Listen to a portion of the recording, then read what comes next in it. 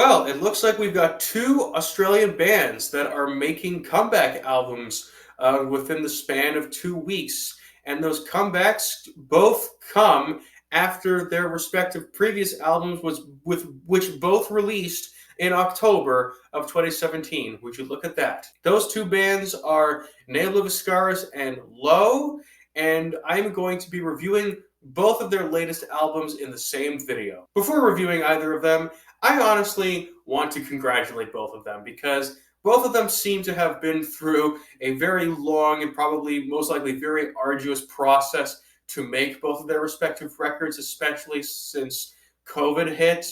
So, yeah, I think I should drink to this occasion. This is soda, St. Pellegrino soda in a wine bottle, which I thought was fitting. So, yeah, congrats, guys. Let's start with Obliviscaris. I love this band. The Obliviscaris have been one of my fucking favorite bands in not just prog metal, but pretty much metal in general for the past few years. All three of their past albums from the 2010s are all fantastic and some of the best prog metal of the respective years that they've came out. For they have such a wonderful, beautiful, provocative, and exciting mixture of technical death metal, black metal, arguably symphonic metal to a degree, and neoclassical with like usage of violin and occasionally piano. I love the way they're able to create such dynamic, epic pieces that are composed pretty much like classical epics with lots of dynamic contrast between heavy moments and softer moments, as well as some great dynamics between the very melodramatic and operatic clean vocals from Tim Charles with the very menacing growls and screams from Zenner. And every single other band member is also supremely talented. You know, bass work, guitar work, fucking drums, all so fucking good. Some of the best in metal right now, in my opinion. And this new album from them is no fucking exception. Is that a biased take? Yes.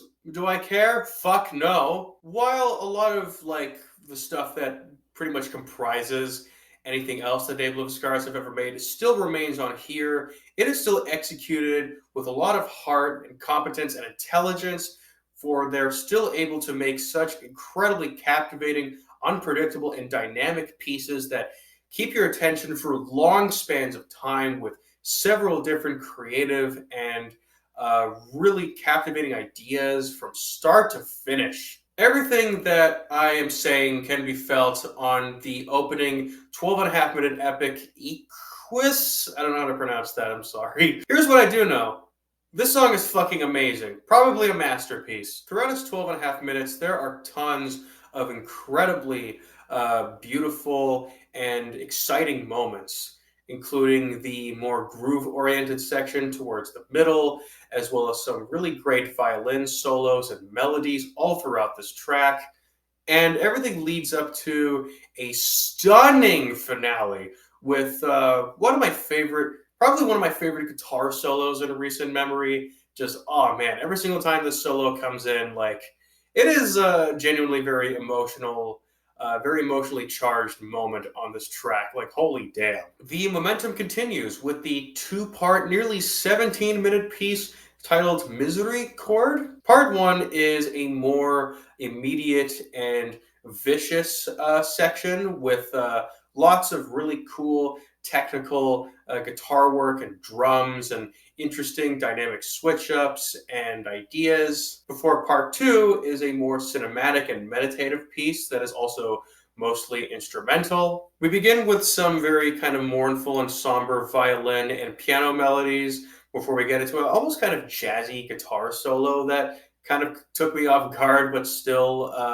really kept me interested. Before we have this really lengthy, extended buildup that really ramps up tension for a long period of time before your patience is then rewarded during the entire two-part pieces finale with these really massive wall of sound guitars combined with incredible violin solos. It's just a really heartbreaking and also incredibly exciting moment. Admittingly, maybe I'm not as crazy about the following track, Suspire, but it is still quite a great song regardless. I especially really love it when the band get really technical and groovy around the middle. But things end on an incredibly strong note with the closing two songs, Growl and Anhedonia. Growl is probably the whole album's like most finale like moment. For it is probably the most chaotic and climactic song of the whole record. Lots of unpredictable, adventurous switch ups all over this 9-minute song, including around the middle where we get this almost kind of Middle Eastern esque acoustic section. Really sick. And of course, it all leads up to an incredible fucking finale that goes on for quite a while and keeps ramping in intensity as it goes on, as we get more and more layers of violin work and ambiances. It is yeah, really leaving you in awe after hearing everything. And so, to contrast the brutality of the track Growl, the closing song, Anhedonia, is a brief, kind of like ambient, classical infused outro piece where the band completely take away any metal influence whatsoever in favor of these very mournful piano chords, as well as these very operatic, melodramatic vocals from Tim Charles, combined with some really great violin melodies and very kind of eerie, unnerving ambience that is also caused from the violin work. Really effective way to end an incredibly powerful and brilliant album. And yeah, Obliviscaris released another fantastic album. In other news, Water is Wet. In all seriousness, it is honestly so fucking impressive to me that Obliviscaris continue to be one of my favorite bands in metal in general, not just in prog. Like, they are just top of the game, as always, just top of the food chain when it comes to everything. There's some really great production as well. Maybe a minor nitpick could be that occasionally there's like some weird mixing, like sometimes like the harsh vocals are a little bit lower in the mix than the more clean vocals, but those are just minor nitpicks that don't really bother me all that much or affect my enjoyment of this album. And I'm also just a complete Obliviscaris simp, so any minor nitpicks that I have just aren't really all that noticeable to me anyways. So yeah, good job, guys. You did it. You made another great album. With that being said, let's talk about the latest record from Low, titled The Gleaners. We're moving from new classical infused progressive death metal to very dark, moody, menacing, sludgy post-metal. I like that contrast. Low is as I mentioned before, a post and sludge metal band from Australia that I was inherently not too familiar with prior to hearing this album, although after checking out their last two projects, such as their latest record, Vestigial from 2017, as well as their last EP that I don't remember the name of at the moment. I'll just play it on the screen. I've become quite a bit of an admirer of this band's work. Vestigial is a really solid album with lots of visceral riffs, drums, vocals that really grab your attention and just pummel you for like 45-ish minutes, I think. And this album, The Gleaners, pretty much continues on where their last album left off.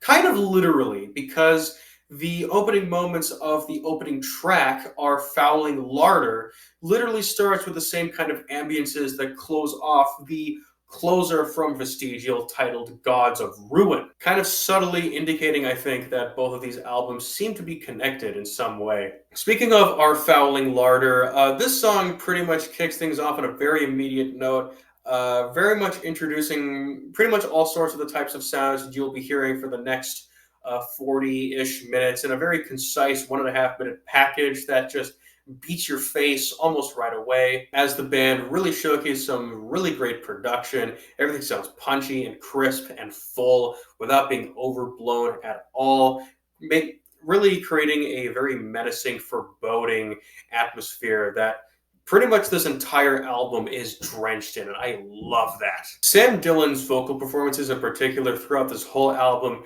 are awesome. He has such a visceral, menacing, angry tone. Sure, he may be a little bit one note with his screaming, but regardless, that one scream pretty much, or one type of scream, remains pretty awesome and pretty intense throughout this whole album. And I think he is able to showcase enough competence in his delivery to keep his vocals captivating and keep them engaging and badass. After the, I guess, intro song, Our Fouling Larder, the song transitions very seamlessly into the following track, Salting the Earth, which continues the momentum like pretty seamlessly. A lot of what can be said about these first two songs can also be said about the next two tracks after, titled Deafening Bleats of Apathy and Rat King. But man, the song in particular, Rat King, that song is a fucking banger. Tons of intense, exciting drums and riffs that then leads up to a very dreadful, menacing, and almost kind of scary sounding doom metal oriented finale. And the very creepy and very artistically, visually strange music video, I think, adds a lot to the experience of listening to this song. Then we get to the 8-minute title track, which is weirdly enough probably the most climactic song of the album and is in the middle. Nevertheless, it is still a really sick song. I really like the more Neurosis-esque, very slow, menacing grooves and riffs, and Sam Dillon's vocals, I think, really add a lot to the hateful, dark atmosphere of the song. It all leads up to, as well, to a probably the noisiest and most climactic, as well as the most cathartic finale on this whole album, as the band just keep raising the volume, raising the distortion, just beating your ears in increasingly harder over the course of about, I think, 2 to 3 minutes or so, making for, I would say, probably my favorite song on this album, despite it being a more traditional post-metal track. Then we get to the song Pareidolia, which is a softer, although still very dark song with less distorted guitars, yet still really intense vocals that sort of hang in the background for the most part. Towards the end, though, we have this repeating motif or chant, each little tyrant with each little sign, or his little sign. And that chant repeats a lot, and the repetition of it, I think, makes it very effective, combined with the fact that the song kind of slowly builds around that chant during its second half. As we get increasingly more vocal layers, including some clean vocals, as well as some glockenspiel, it's very interesting. And eventually I do find myself also just joining in with chants, just going, each little tyrant with his little sign. The song pretty much builds tension continuously, but never really quite reaches a climax.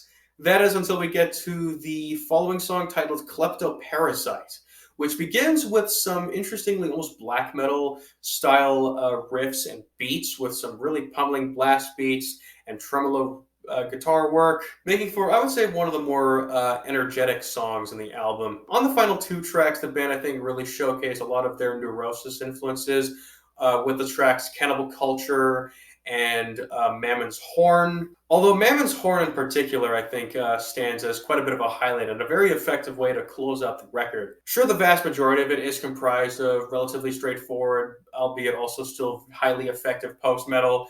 But towards the end, we begin to get some guest clean vocals from Nick Rackham and Beth Allen, who both create these very mournful vocal harmonies that ends things on a very surprisingly somber note for such a consistently angry sounding album.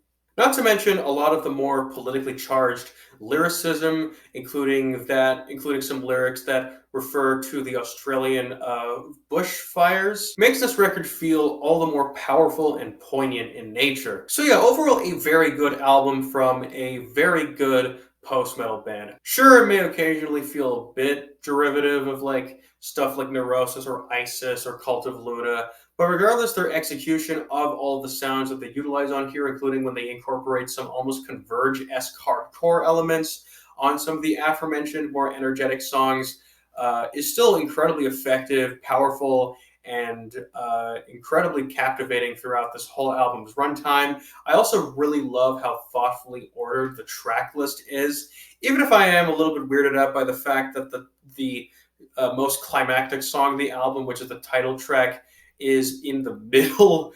Regardless, I think the way that they're able to organize songs that are a bit slower and moodier, with songs that are a bit more energetic, with songs that are a bit softer and more somber, I think gives this album a very consistent, dynamic flow from start to finish. And so, yeah, those are my thoughts on the last two albums from Obliviscaris and Low. And so, what did you think of both these albums? Did you like them? Did you not like them? Or did you like one or the other or whatever? Please feel free to share your thoughts on these records down in the comments below, as well as any constructive feedback on my own review. And as always, please feel free to like and subscribe and comment if you enjoyed this, and if you want more content. And I will see you guys next time. Bye bye.